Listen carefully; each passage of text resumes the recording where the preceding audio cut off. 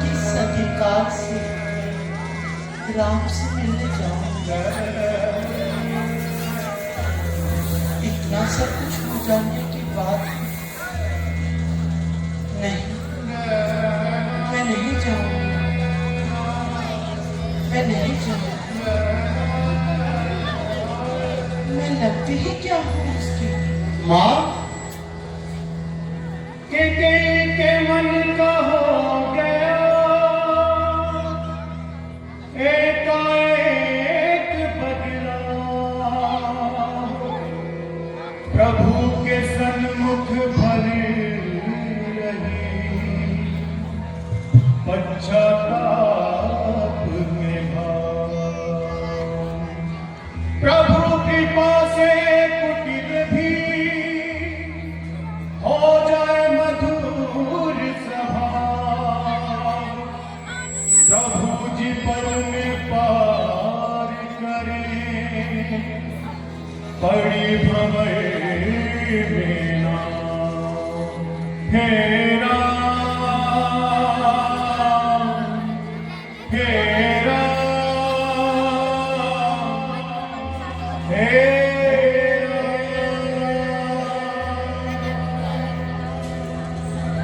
माँ, पिताजी की आज्ञा अनुसार 14 वर्ष वनों में समाप्त कर हम अयोध्या वापिस आ गए। अब पिताजी तो है नहीं, इसलिए मैंने सोचा कि सर्वप्रथम आपसे मिलकर आप मुझे सूचना दो। मुझे ही क्यों?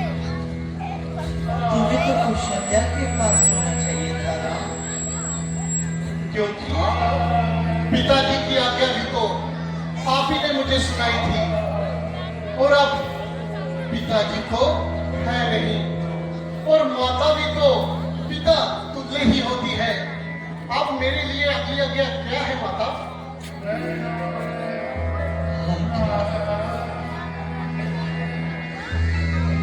आज्ञा देने वाली कैकेयी तो कब की मर चुकी है राम। इन 14 वर्षों में मैंने बहुत कुछ बदल के देखा है। कैकेयी ने बहुत कुछ बदल के देखा है राम। कौशल्या और सुमित्रा की नजरों में पल पल गिरते देखा है राम। अपनी ही पीठ पीछे अपनी दासियों को निंदा सुनते कई बार सुना है राम। और अब तुम आ गए राम। राम, राम ये खाम कैसा? राम, राम ये खाम कैसा? माँ, मैं ठीक हूँ माँ। कोई नाथ मैं को बुलाओ शीघ्र। राम, राम। माँ, मैं ठीक हूँ माँ। अरे कोई सुनता क्यों नहीं? माँ, बहुत ही साधारण सा काम है। तुम यहाँ बैठो, मैं स्वयं जाती हूँ। अरे रुको माँ, ये साधारण सा काम है, आप व्यर्थ में ही चिंता करेंगे। ये साधारण सा काम है, ये साधारण सा काम है। ये झूठ तुमको कौशल्या से कहना राम, मुझसे नहीं।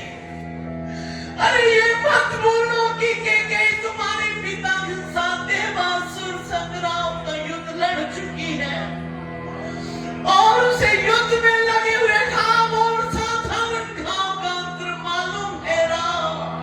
माँ, जी घाव तो फिर भी एक दिन भर जाएंगे, पर उन घावों का क्या माँ, जो घाव आप अपने मन में लगाए हुए हैं माँ।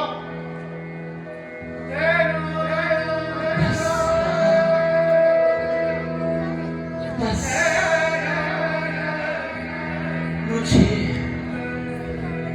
मुझे मेरी अवस्था पे छोड़ दो। ये पश्चाताप के घाव है राम, भरेंगे नहीं। जीवन के अंतिम समय तक साथ चलेंगे राम। यही तो विडंबना है माता, आपकी लड़ाई। तुमने ठीक कहा रहा। मैं स्वयं को भूलूं भी कैसे? तुम्हारे वन चले जाने के बाद महाराज दशरथ, कुल ऋषि कौशल्या और मेरे प्रिय पुत्र भरत ने मुझे कुल नाशिनी, दुराचारिणी, विश्वासघातिनी जैसे शब्दों से पूरी राज्यसभा के सामने अपमानित किया था।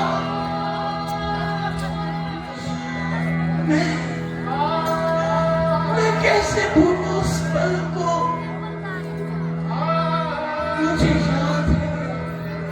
मुझे याद है वो पल जब भरद्वाज ऋषि को मेरा परिचय देते हुए भरत ने कहा था,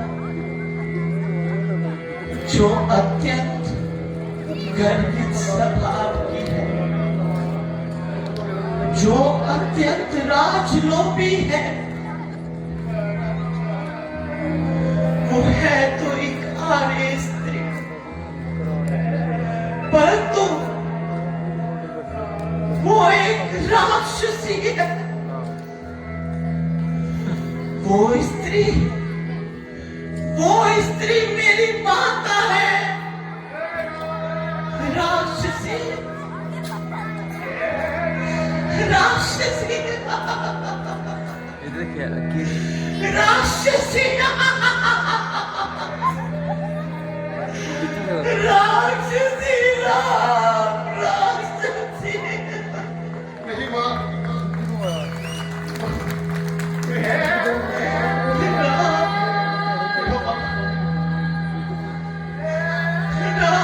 कभी तुमने किसी बेटे को अपनी मां का इस प्रकार अनादर करते सुना है? अरे मैंने माना मुझसे भूल हुई है, पर क्या उस भूल के लिए मेरे लिए क्षमा नहीं? अरे मां तो अपने बच्चों के लाखों अपराधों को क्षमा कर देती है, पर क्या आज उस मां के लिए एक क्षमा नहीं? कहो राम, कहो, क्या तुम मुझे जो कष्ट तुम्हें भूलों में उठाने पड़े, क्या उन सभी अपराधों के लिए क्षमा कर पाओगे राम? कहो राम, कहो। शायद नहीं। कहना तो बहुत सरल है, बहुत सरल। क्षमा का तो प्रश्न ही नहीं उठता माता। मैं तो आपका धन्यवाद करना चाहता हूँ।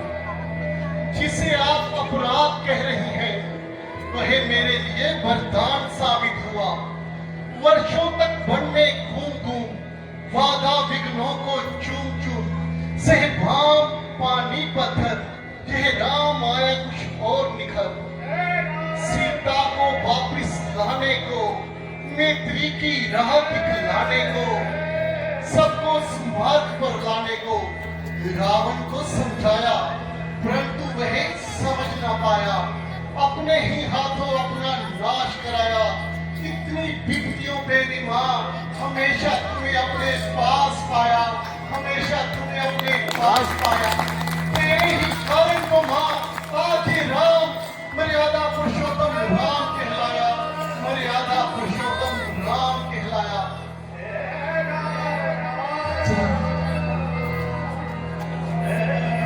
तुम तो मर्यादा पुरुषोत्तम बन गए राम। युगों युगों तक सब लोग रघुकुल को मर्यादा पुरुषोत्तम राम के नाम से जानेगी। तुमने तुमने कीर्तिमान स्थापित किया राम, परंतु परंतु मेरा क्या राम, युगों युगों तक चलेगी यही कहानी कि रघुकुल में थी एक अभागी रानी, जिसके कारण महाराज दशरथ के प्राण गए, जिसके कारण तुम्हें राजा की जगह वनवासी बनना पड़ा, और तुम्हें वनवासी बनकर वनों में लाखों दुखों को सहना पड़ा राम। उन्हीं वनों में बेटी सीता का अपहरण हुआ। बेटी सीता को वापस लाने में जो युद्ध आयोजित हुआ, उसमें लाखों जीवों का संहार हुआ, लाखों जीवों का संहार हुआ। राम केवल और केवल इन सब के लिए के उत्तरदायी है राम, के उत्तरदायी है राम। मेरी माता कही, इस संसार में सब कुछ पाप पुण्य, होनी अनहोनी, जीवन मरण प्रभु द्वारा पहले से ही निर्धारित है। जब सब कुछ प्रभु द्वारा पहले से ही निर्धारित है, तो आप अपने आप को दोषी क्यों मान रही हैं? मां, आपके मन के इस बेकार को दूर करने हेतु आज राम प्रथम बार आपको अपना वास्तविक रूप दिखाएगा।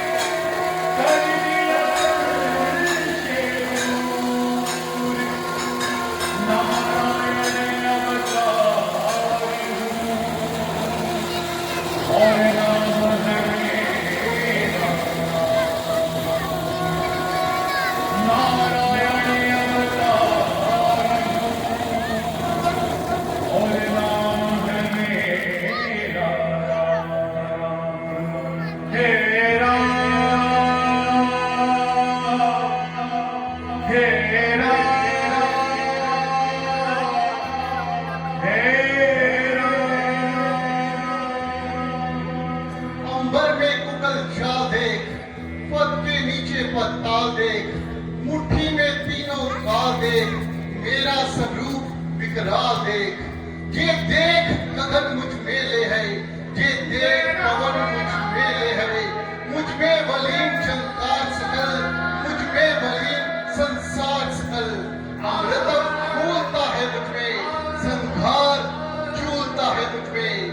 सब जन्म मुझी से पाते हैं, फिर लौट मुझी में आते हैं। देखो तो ये दृश्य का देख, मेरा ये स्वरूप विकराल देख।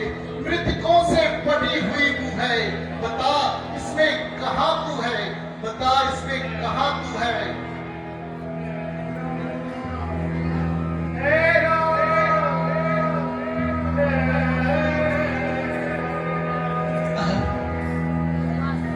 अब मेरे मन में कोई संशय नहीं रहा।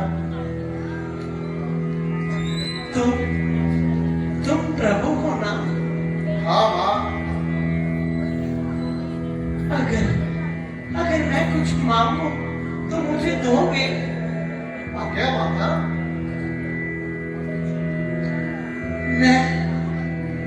मैं अगले जन्म में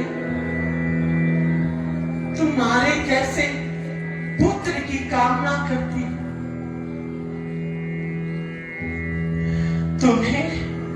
तुम्हें मेरी कोख से जन्म लेना होगा राम, तुम्हें मेरी कोख से जन्म लेना होगा। मैं प्रभु की मां कहलाना चाहती हूँ ना। मैं प्रभु की मां कहलाना चाहती हूँ। मैं प्रभु की मां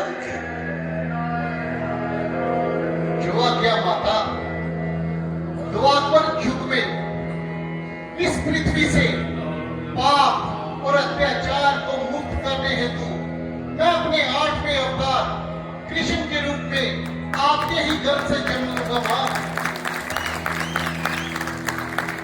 देवकी सुत गोविश्वर वासुदेव जगन्पते देहि मे कन्यं कृष्ण त्वामहं शरणं गतः। और सियावर राम